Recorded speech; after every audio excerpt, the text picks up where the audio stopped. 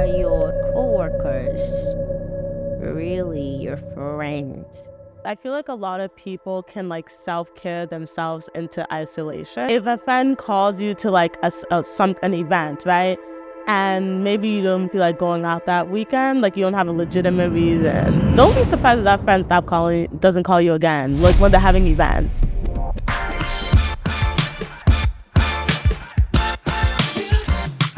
Hi guys, welcome back to another episode of the Study Podcast. I'm doing your host, and with my smiles, you guys can see I'm excited for this episode. Today, we're going to be talking about mental health. But I'm not here to give you guys a lecture because at this point, everyone knows why mental health is important. But I'm going to be giving you that sisterly advice. And I have a licensed therapist joining me today. So it's not just going to be BS, but we're going to be giving you guys the real deal. So I'm joined today by a special friend of mine. She has a master's degree in public health and also social work. She's worked with a lot of patients with trauma, maybe from accidents.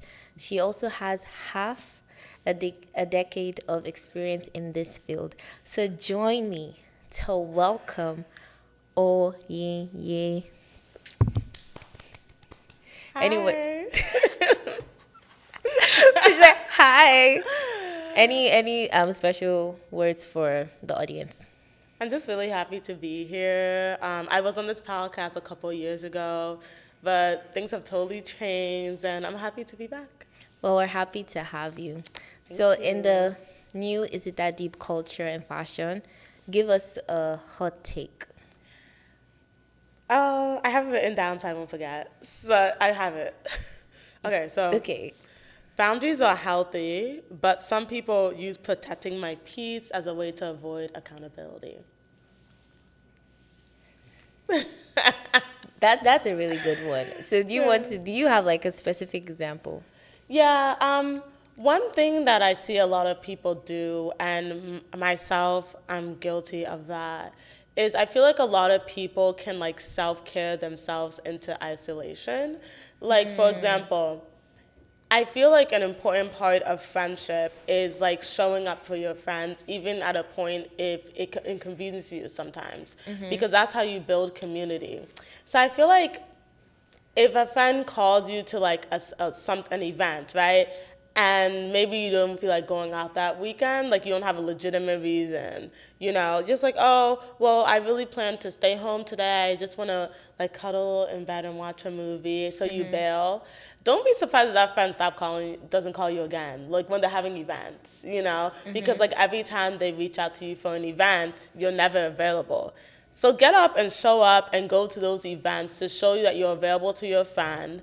You can inconvenience yourself for a friend, because I feel like in this generation, boundaries are so important, but I feel like it can get a little toxic sometimes when we have all these boundaries to the point where it's just us, and that's not what we want. So, yeah. When you first said it, I had to pause for a little bit because I feel like that's so deep. It's to your point, people create these boundaries and use it as an excuse to not be accountable. And to your point, oftentimes it's not always convenient to show up for the people that you love. But part of that, relationship is you going out of your way to make things work. And funny thing is, me personally, how I gauge if you like me or not, or if you respect my the friendship, is the times where you go out of your way, because I can tell when something's convenient for you. It's not always when it's convenient. That's true. Sometimes you go out of your way for the people that you care about. That's part of the relationship and showing up.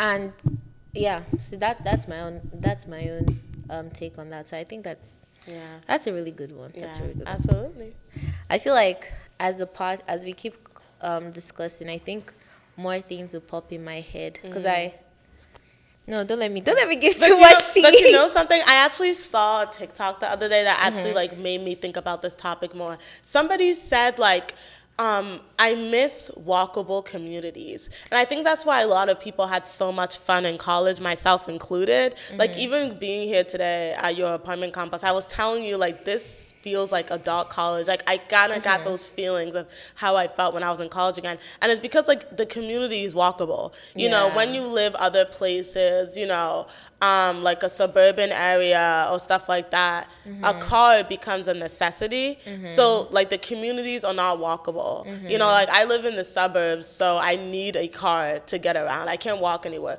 Whilst if I lived, like, in New York, nobody in New York, at least in Manhattan, has a car. I would think that most New Yorkers that live in Manhattan do not have a car. You know, because I the don't walkable know. society I don't know New Yorkers. Defend in yourself. Manhattan. I think I thought the subway was the primary like form of so. transportation. To be honest, what I've heard about some New Yorkers is that you can't always rely on the public transit, especially on weekends. So some people do have like their cars. In That's what I've Manhattan? heard. Oh, I don't know. That's But just I what would I heard. say that most people don't have cars. In True, Manhattan. fair enough, because it's Yeah. a good transportation system. I agree. Yeah. So then, like, people say that I want walkable communities, but do you really? Because I feel like if you give people this walkable community, people would still be in their houses. You know, sometimes because that goes back to like showing up for friends. Are you only doing it when it's convenient for you? You know what I mean? And that's been a big goal for me this year. It's like building more community and building on my friendships so that they can become more sustainable. I've really been into like community building. And for me, that has manifested itself in just showing up, you know? Makes sense.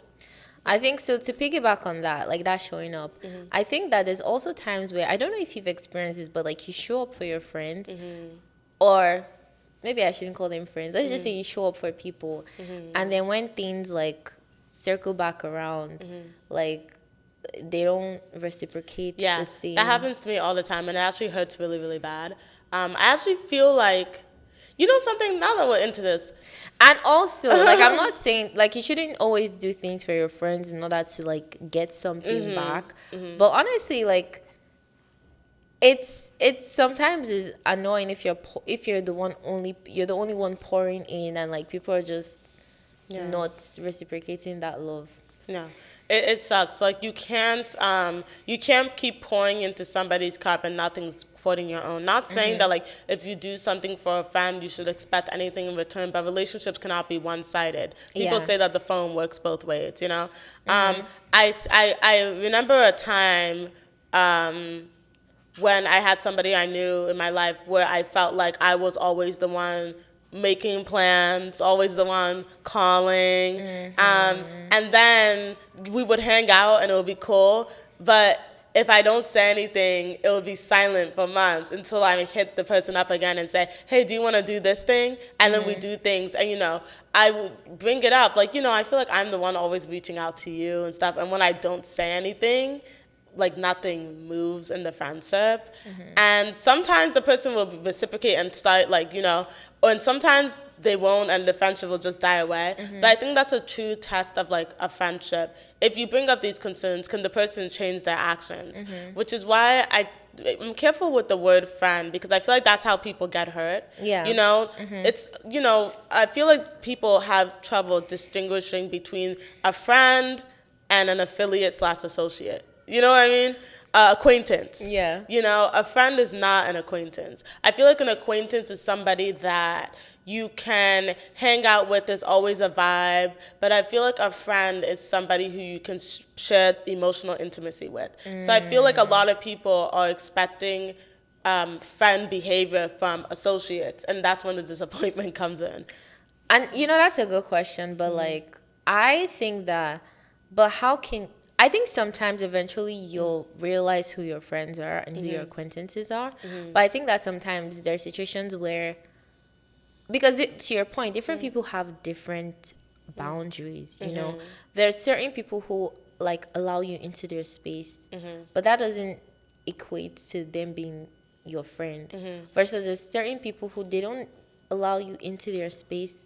By space, I mean like the people who invite you to their birthdays, invite you to their house, like invite you on trips and things of that nature.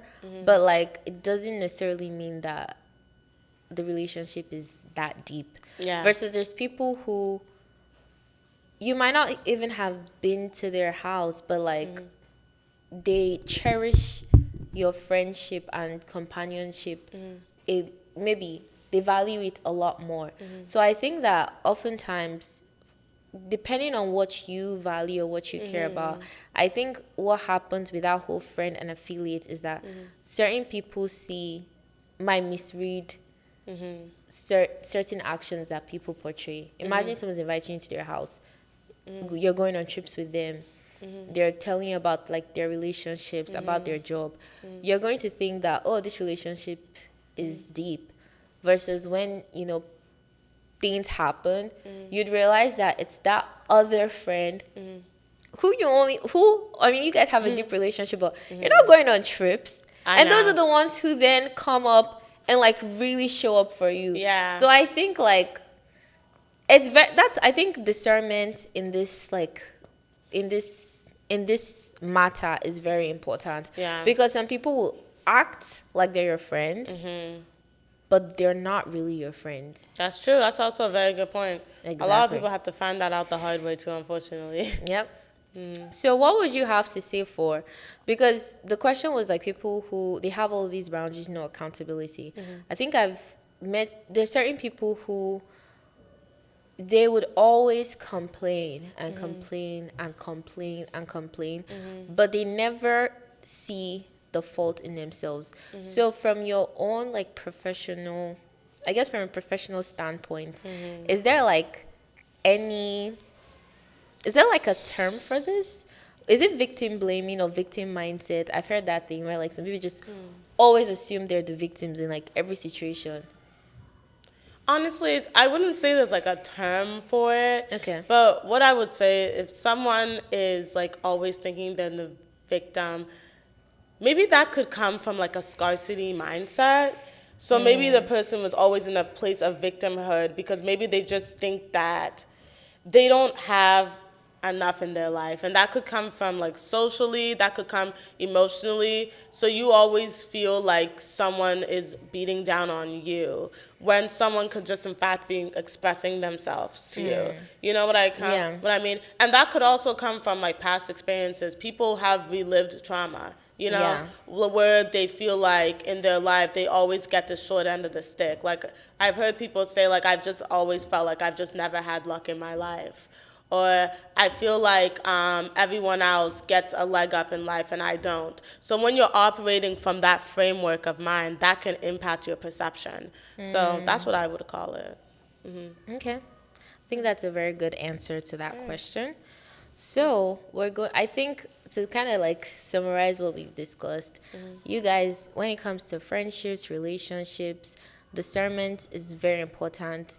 And putting up your boundaries, still make sure you're accountable.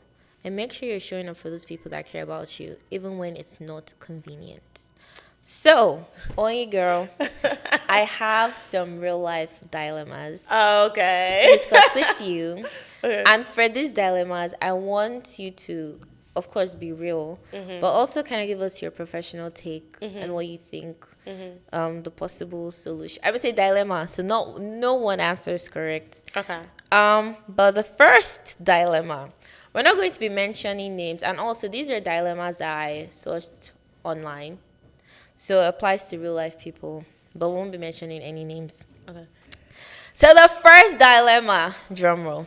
The first dilemma. So a woman in a soul-crushing corporate job is completely burnt out. Okay. And dreaming of getting into, and she's completely burnt out, and now she's dreaming of getting into a minor car accident on the way to work just to have an excuse to stay at home. Yep. Oh. However, she's the primary breadwinner, and her husband is currently undergoing medical treatments. She cannot leave because her family literally depends on her high-tier corporate health insurance. So, what do you think she should do? That's interesting. Do you have an idea of like an escape plan? Yeah. What my take is, so like I'm a social worker, right?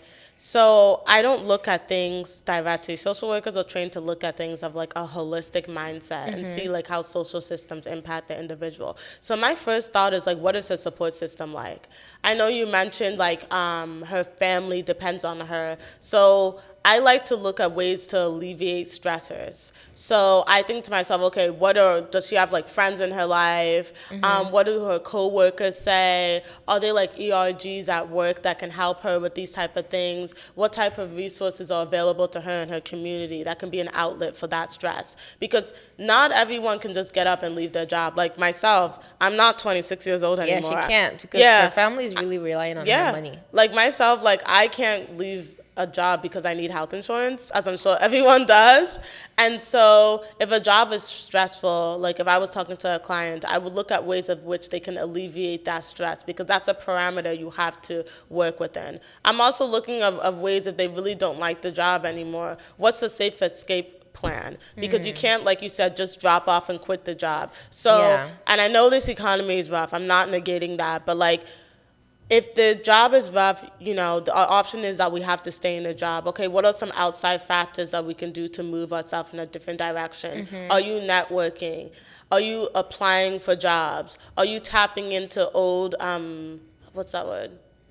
Oh, old networks that you may have, like old connections that you may have. Are you having discussions? Are you pouring into other passions? Because there's one thing I've learned, as I've seen like with this podcast as well, I think it's important to have something outside of the job that's going on, So is that something that you could do as well? So that would be what my take on that would be. I think you answered this question fantastically. Thanks. Shout out to you. No, I think you definitely like touched on all the points, because all said and done, she's the breadwinner and her family needs the insurance.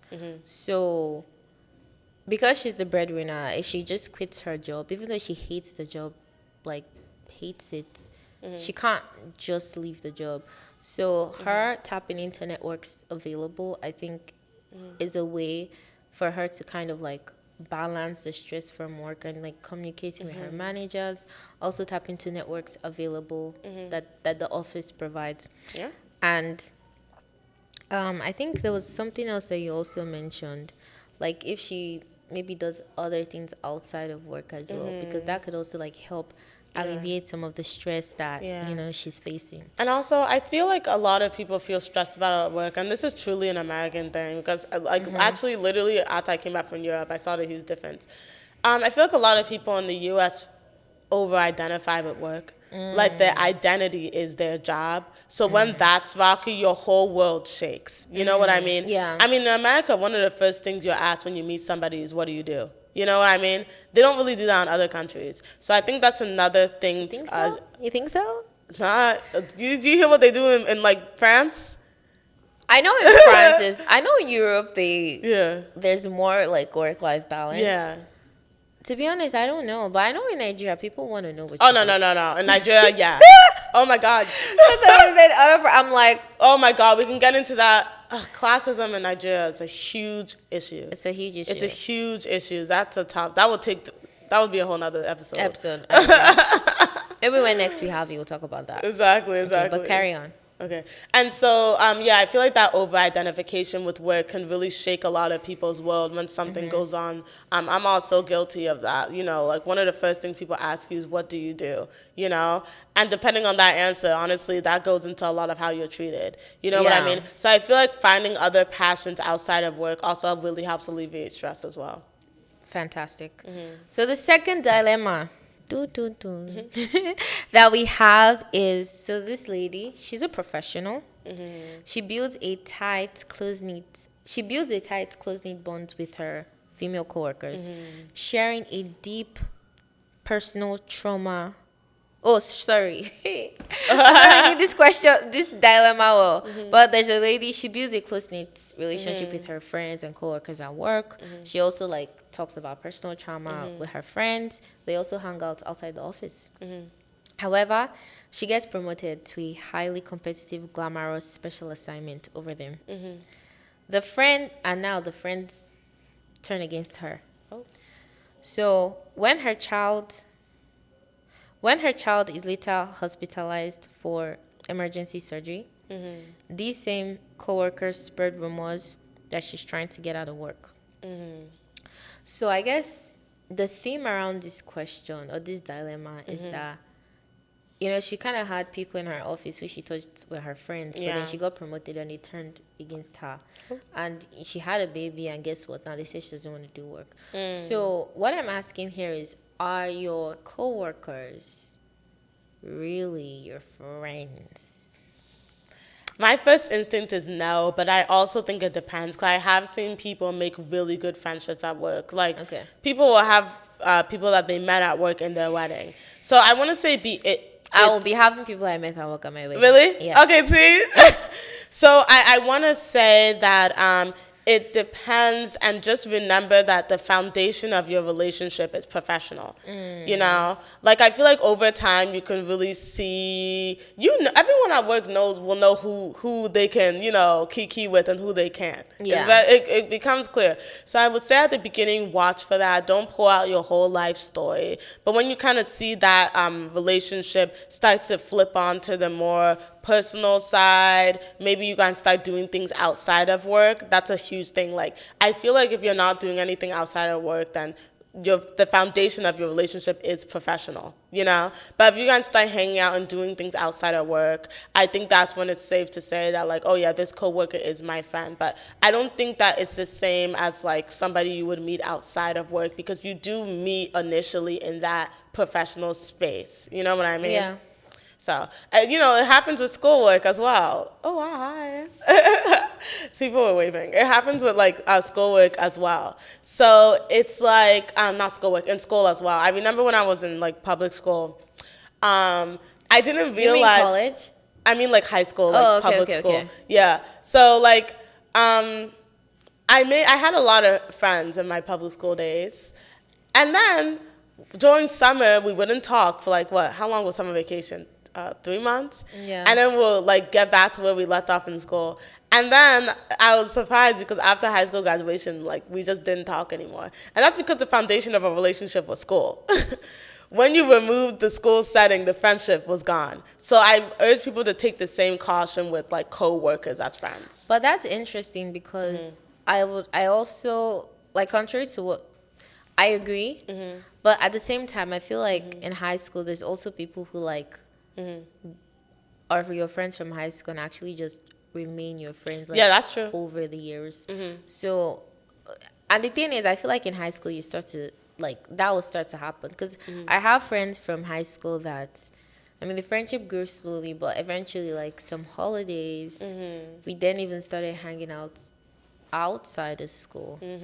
And then, like, even though I moved to a whole new country, they maintain friendship. Yeah, we've maintained the friendship. That's different, though, because I know in Nigeria, like, high school friendships last forever. I see that.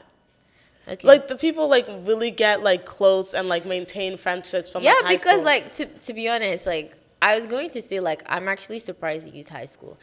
To be honest, I don't know.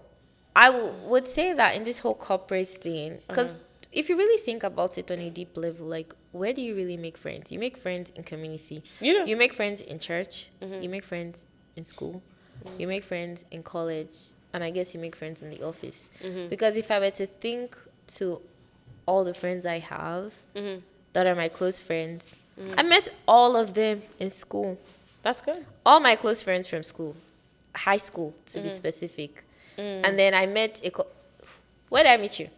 College. Exactly. And then the new friends I have, where I meet them, work. I know. So I feel like, I mean, sometimes you meet people at the gym, but I feel like and sometimes when people become friends from parties, I guess. Yeah. But I think for the most part, where you actually make friends, it's like in communities where you see people over and over and over. Yeah. Like when you came to my apartment, something you said was like, oh, this feels like a college type. Yeah, because there's so many spaces where you get to, like, interact with the people that you live with. And the thing is, the first time, second time, I was telling you how, like, I've seen this person like 5 times now. I feel like the next conversation I have with this person is going to be deeper.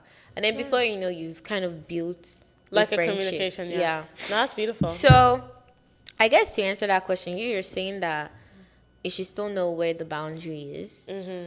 For me, I think that your coworkers, maybe not your coworker on the same team.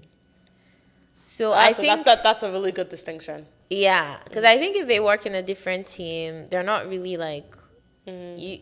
I think it's easier It is that way easier. when they're on a different team. Absolutely. Because then you don't really have to deal with getting promoted over them and having to now give them work, because that will definitely affect the friendship dynamic. Oh, 100%. Like on my job, like we have this thing called markets at my company, which is just basically different parts of America.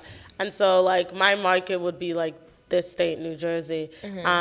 I have a friendship with a friend in a market in the southern part of the country. You know, and that's easier because the work is in a totally different part. Yeah. This doesn't cross at all. Yeah. So you know, so that's so much easier. You're absolutely right. Yeah, and honestly, I don't even want to, I'm going to just touch on this. Like, there's people I know who started dating from the office and got married.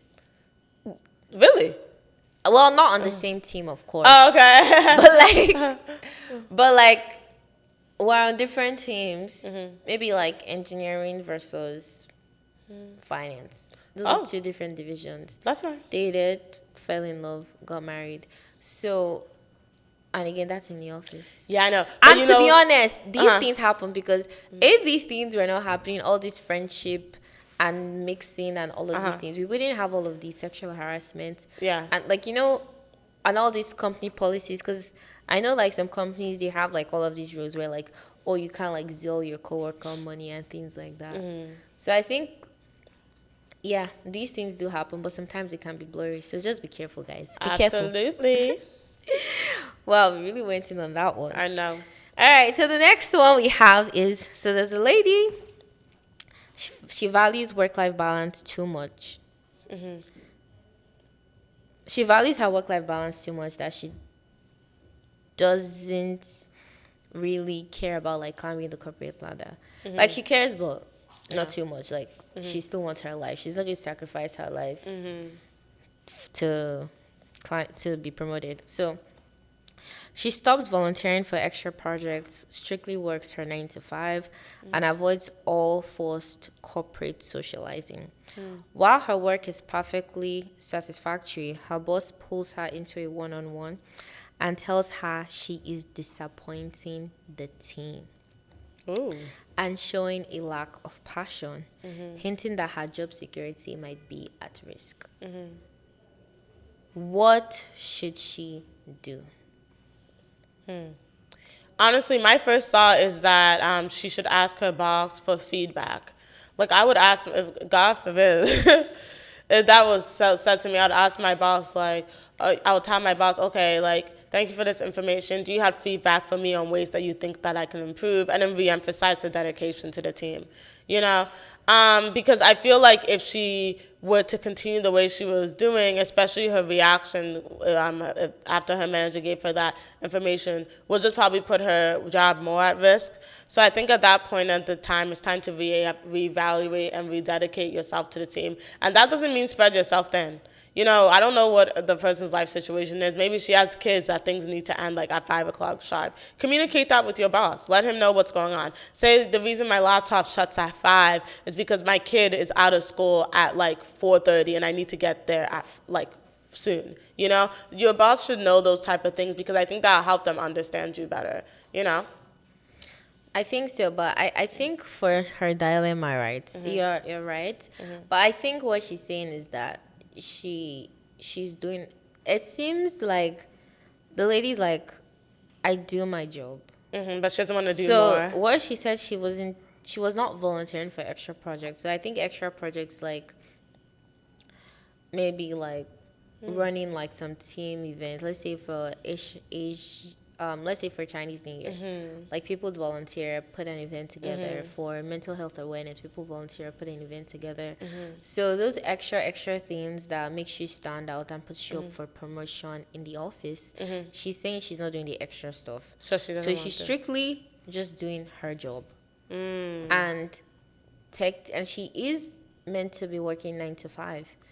Working after 5 is Not You guys, I required. work after 5 all the time. This is just for. Uh-huh. I'm just trying to make this woman's case, like, make you fully understand. But in her case, working after 5 is basically extra because Okay. she's really only getting paid the 9 to 5. Yeah. But I guess because.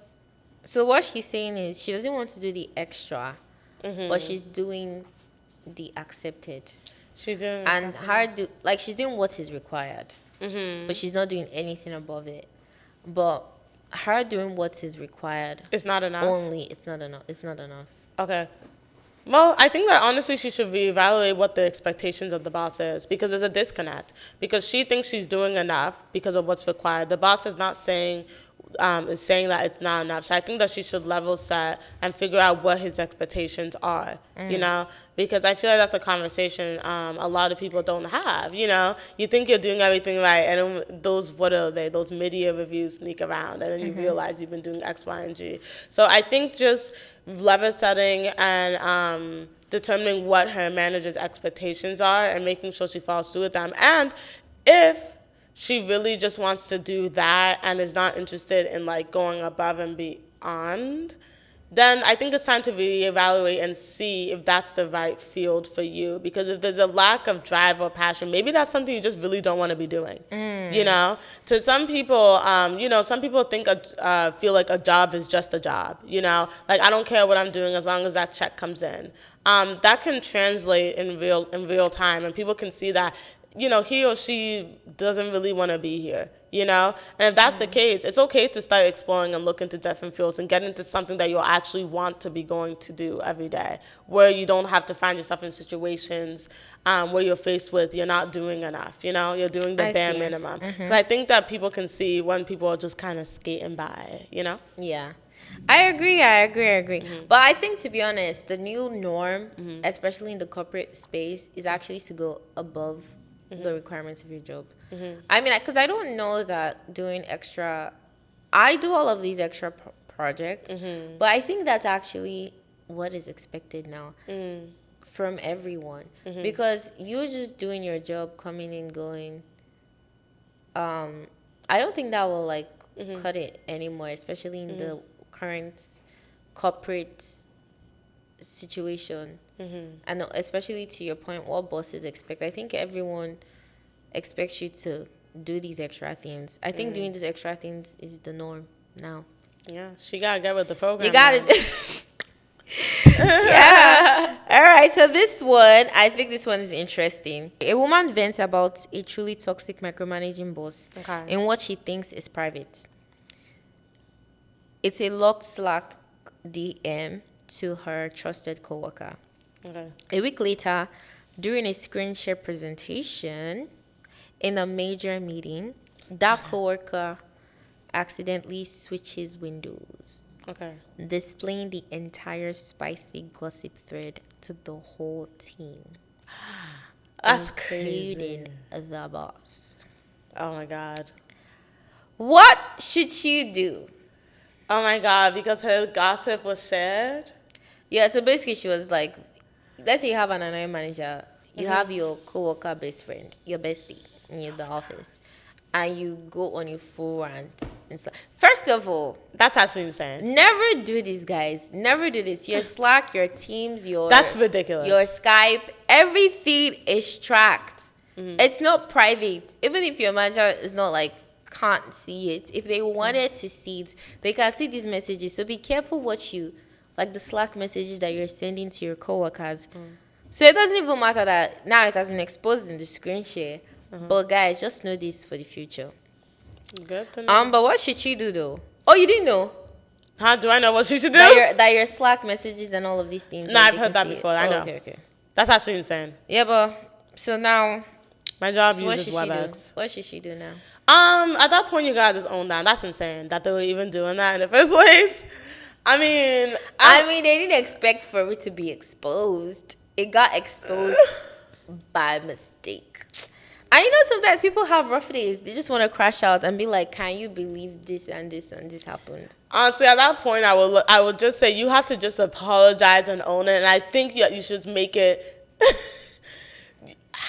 But like, is it gonna be the same? Is it gonna be the same? No, it's not after? going to be the same. I think that you should apologize, own it. And I really just think you should try to make it feel like it's not as big a deal as it looks. I think that's the only way you're going to move She on said from that. fake it till you get out of the Yeah, situation. literally just fake it till you make it go. All right. Well, do you want to do one more dilemma? Sure. You sure? What is it about? Okay.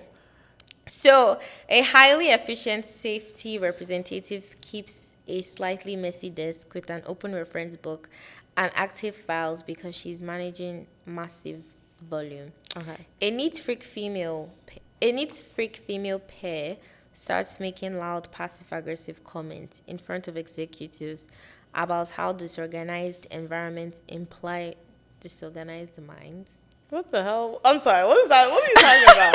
I said, what are you talking about? And complains that the office smells bad when the woman brings in normal lunches. I'm sorry. This dilemma. I don't even know what you're talking about. Let me give it to you in an interesting story. Okay. So basically, there's a lady in the office, Okay. right? For her role, she's supposed to be like a safety rep. Okay. But this safety rep, her desk is like always Messed up. messy. And she has a coworker who does not like that her desk is always messy. Okay. But then this coworker in meetings would be saying things like people should, I guess, keep their desks. Oh, so messy she's passive aggressive? Because what do you mean? Disorganized environments imply disorganized minds. And then now she's also complaining that the woman's lunch smells bad. Well, that's rude. So what should this lady who has disorganized desk wants to know what to do. Okay, so at that point, you can't confront the person because this is out in a work environment, right? Yeah. Yeah, so I don't think the first thing I think is that I think that she should clean up her space, right? And she can't go up to the lady that made the comment and said that, hey, this is whatever. I think that she should report it up, like whoever's above, if it's HR, if it's a manager, and say that, hey, there was a meeting and these comments were made about me and my work environment. And like, no, I recognize it was dirty, but I cleaned it up. But I just think that was just a very inappropriate way to like make these comments. It felt very passive aggressive towards me. It was said that the food I bring in to eat doesn't smell good and all these things. And I just wanted to bring that to your attention. And mind you, she's bringing simple lunches. Yeah. Normal lunches, sorry. Exactly. But what's normal though? You know. Sure, normal is. I know. I mean, is it Western that's normal? I don't know. Because if I brought in a goosey soup, maybe people will be like, what is that? What is that? Okay. So I think that she should escalate it and bring it up, and then they'll probably end up pulling the woman in, and it'll be like a professional conversation, because if she goes up to her and says, hey, why did you do that? It could turn around really fast. You know what I mean? So that's not what you should do. I think you should handle conflict in the workplace by bringing in leadership.